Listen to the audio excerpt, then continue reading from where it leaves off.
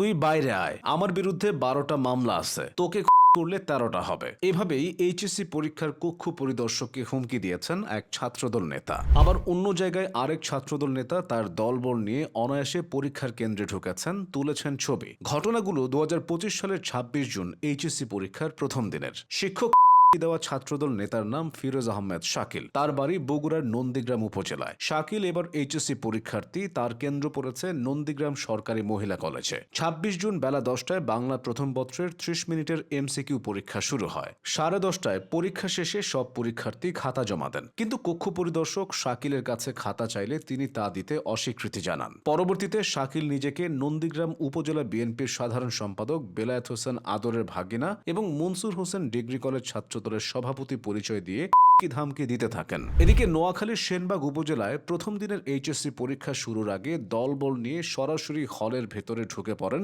সেনবাগ উপজেলা ছাত্রদলের আহ্বায়ক মোহাম্মদ সানাউল্লাহ। অথচ শিক্ষার্থী ব্যতীত অন্য কারো পরীক্ষা কেন্দ্রে ঢোকার অনুমতি নেই। হলে ঢুকে তিনি পরীক্ষার্থীদের সঙ্গে কথা বলেন এবং বিভিন্ন কক্ষে গিয়ে তাদের উদ্দেশ্যে উৎসাহব্যঞ্জক বক্তব্য দেন। পরে সেই ছবি তুলে ফেসবুকে পোস্ট করতেই শুরু হয় তোলপাড়। কারণ এই ঘটনায় কেন্দ্রের নিরাপত্তা ও শৃঙ্খলা নিয়ে প্রশ্ন উঠেছে। তবে ছাত্রদলের এমন কর্মকাণ্ড নতুন কিছু নয়। বিতর্ক যেখানে, ছাত্রদলও যেন সেখানে। আওয়ামী লীগের আমলে ক্ষমতা না থাকায় বিএনপির এই ছাত্র সংগঠনটির তৎপরতা অনেকেই দেখেনি। অতীতে বিএনপি ক্ষমতায় থাকাকালে ছাত্রদলের কর্মকাণ্ড ছিল তুমুল সমালোচিত। প্রতি বছর 23শে জুলাই পালিত হয় শামসুন নাহার হল দিবস। এই কালো দিনের সাথেও ছাত্রদলের সম্পৃক্ততা আছে। ঘটনাটি 2002 সালে, যখন বিএনপি জামায়াত জোট সরকার ক্ষমতায় ছিল। শামসুন নাহার হলের তৎকালীন শাখা ছাত্রদলের যে নেত্রীরা ছিলেন তাদের সবার ছাত্রত্ব শেষ হয়েছিল আগেই। তখন তাদের হলে থাকা নিয়ে বিশ্ববিদ্যালয়ের কেন্দ্রীয় প্রশাসনের সাথে হল প্রশাসনের বিরোধটাও ছিল স্পষ্ট।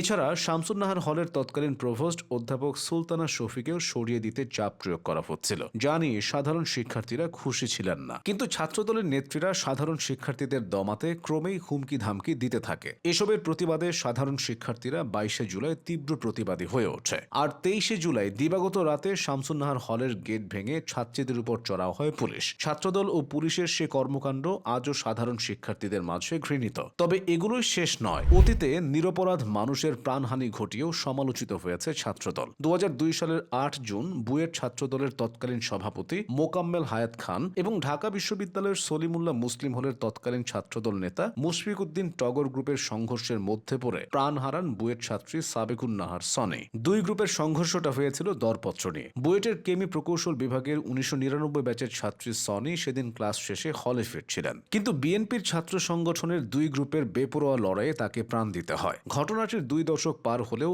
এখনও পলাতক প্রধান দুই আসামি। অতীত থেকে সাম্প্রতিক সময়ে ফেরা যাক। 2025 সালের ফেব্রুয়ারিতে খুলনা প্রকৌশল ও প্রযুক্তি বিশ্ববিদ্যালয়ে ছাত্র রাজনীতি বন্ধের দাবিতে আন্দোলন শুরু করে সাধারণ শিক্ষার্থীরা। 18 ফেব্রুয়ারিতে সে আন্দোলনে উত্তপ্ত পরিস্থিতির সৃষ্টি হয়। অভিযোগ ওঠে ছাত্রদল তাদের শক্তি দিয়ে শিক্ষার্থীদের উপর চড়াও হয়। এই ঘটনায় অনেকে আহত হয়। 2024 সালের 5 আগস্টের পর সংগঠনটি যেন আরও বেপরোয়া হয়ে উঠেছে। অভ্যন্তরীণ কোন্দল, আধিপত্য বিস্তার সহ বিভিন্ন ইস্যুকে কেন্দ্র করে সংঘর্ষে এই 10 মাসে ছাত্রদলের সংঘর্ষ ও বিরোধে প্রাণ হারিয়েছেন 41 ব্যক্তি। এছাড়া আহত হয়েছেন 5 শতাধিকের বেশি। এসব ঘটনার নেপথ্যে রয়েছে আধিপত্য প্রতিষ্ঠা, চাঁদাবাজি, ঠিকাদারি নিয়ন্ত্রণ সহ নানা বিষয়। ক্ষমতার পালাবদল হলেও ছাত্রদলের চরিত্রের পরিবর্তন ঘটেনি।